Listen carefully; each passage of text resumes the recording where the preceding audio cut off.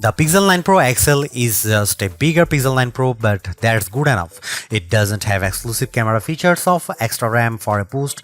It's just got a bigger display and bigger battery. That means the Pixel 9 Pro is an even better pick this year, but it also means that you can choose your Pixel based on the size you like, not the features you need. While Google announced 4 phones at its August 2024 event, the standard Pixel 9 and Pixel 9 Pro XL are the two that hit the market first on August 2020. Meanwhile, the Pixel 9 Pro and 9 Pro Fold arrive on the scene September 4. In the UK, you can pick up the Pixel 9 Pro XL with double the storage at no extra charge on purchases made from September 5.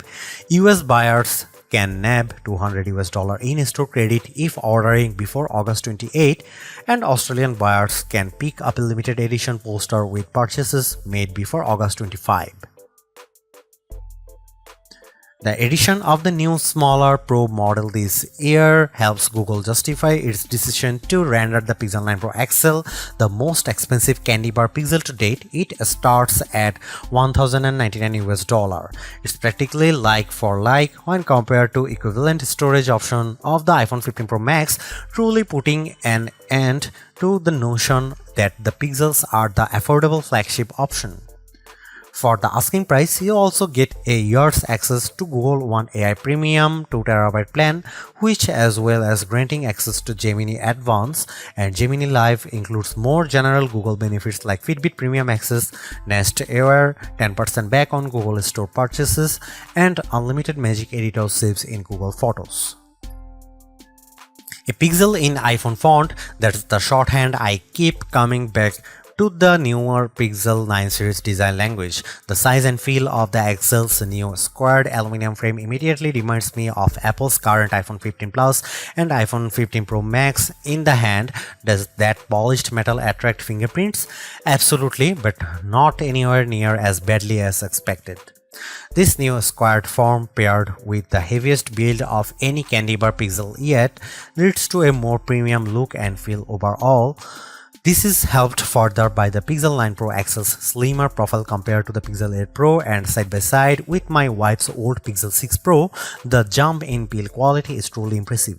One update I'm not sure I love quite so much is the loss of the camera bar, which is replaced in this generation with a camera peel that protrudes out of the phone's rear panel at 90 degrees. It makes for a more bold and confident aesthetic, but it's not as quickly identifiable as the bar.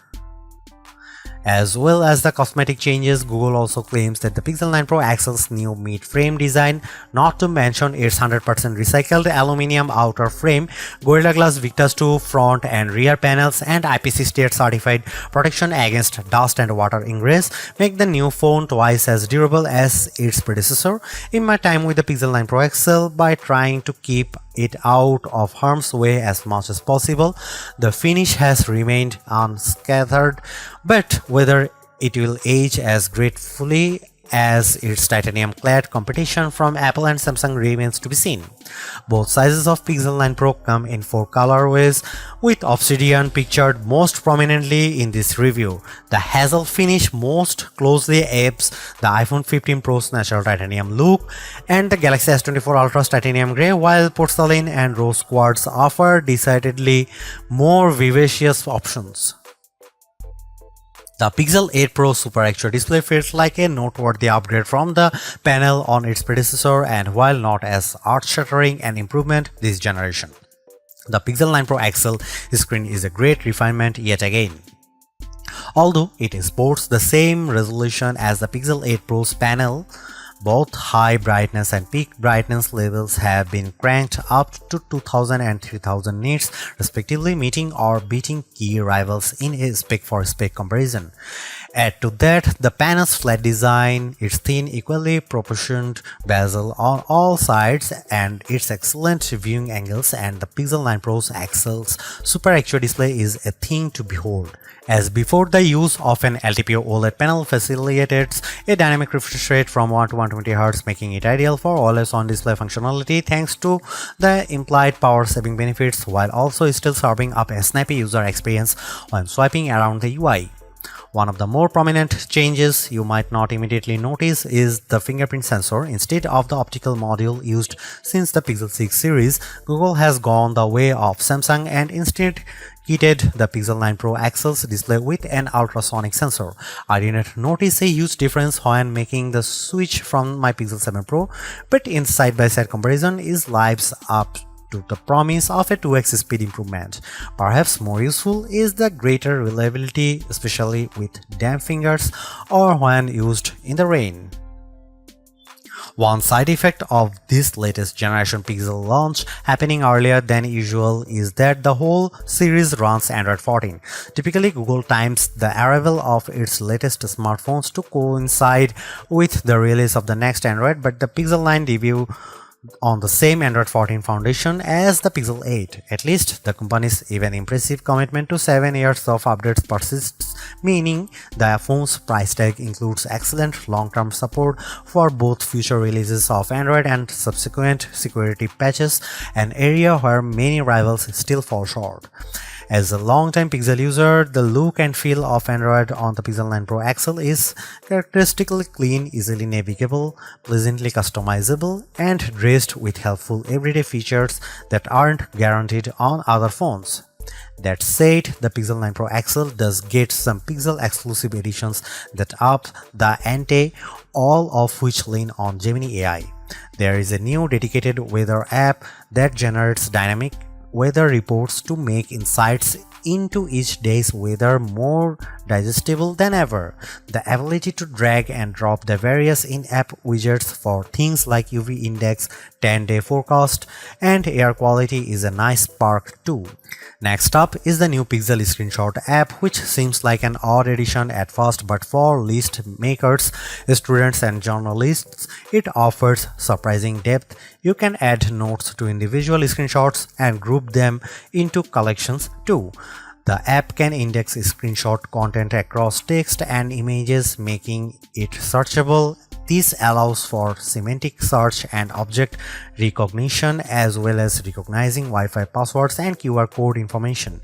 Pixel Studio uses an on-device variant of Imagen 3's diffusion-based text-to-image generative AI, allowing you to create imagery seemingly from scratch. You can remix results using predefined style prompts or sculpt off a completely original prompt if you prefer.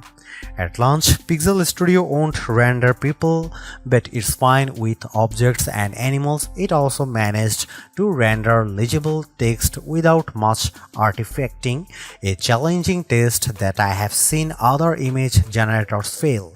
Right now, the application proves novel enough, but there is a scope for everything from messaging to graphic design work, depending on your feeling towards the use of AI-generated imagery. Nowhere is AI more prevalent across the Pixel 9 Pro XL's user experience than the camera. While it might have gone by machine learning in the early days of the Pixel camera experience, AI-powered post-processing has been the secret sauce that has helped elevate the reputation of the Pixel cameras over the past 4 years, to the point where they regularly sit among the best camera phones. As Google has focused its efforts on AI more directly, the proposition of a Pixel camera has changed somewhat, with capture and editing becoming two distinct facets of the experience. If you are looking for a great all-round camera phone, the Pixel 9 Pro XL is right up there. A revised HDR Plus pipeline puts into practice the company's learnings from previous entries, paired with new training data to create images with a more true-to-life appearances, better exposure, dynamic range, details, contrast, and colors.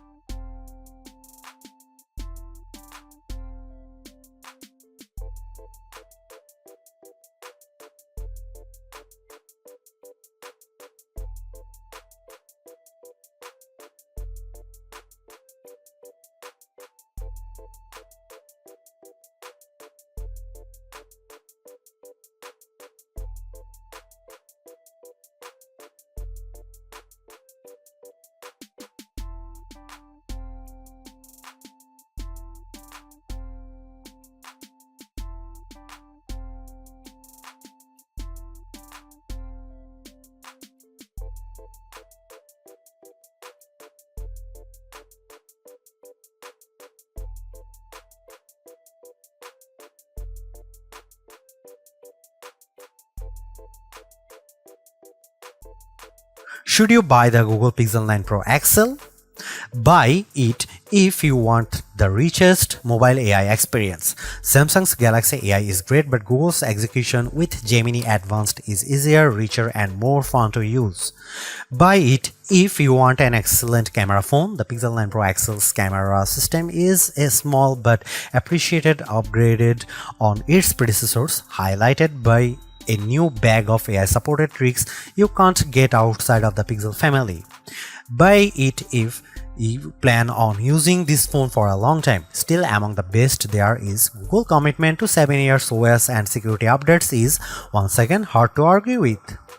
Don't buy Google Pixel 9 Pro XL if you want fast charging. Battery life is greatly improved, but despite a bump in speed, the Pixel 9 Pro XL's 37-watt wired charging is still well behind what rivals like OnePlus and Xiaomi offer. Don't buy it if you want the best RAM and memory.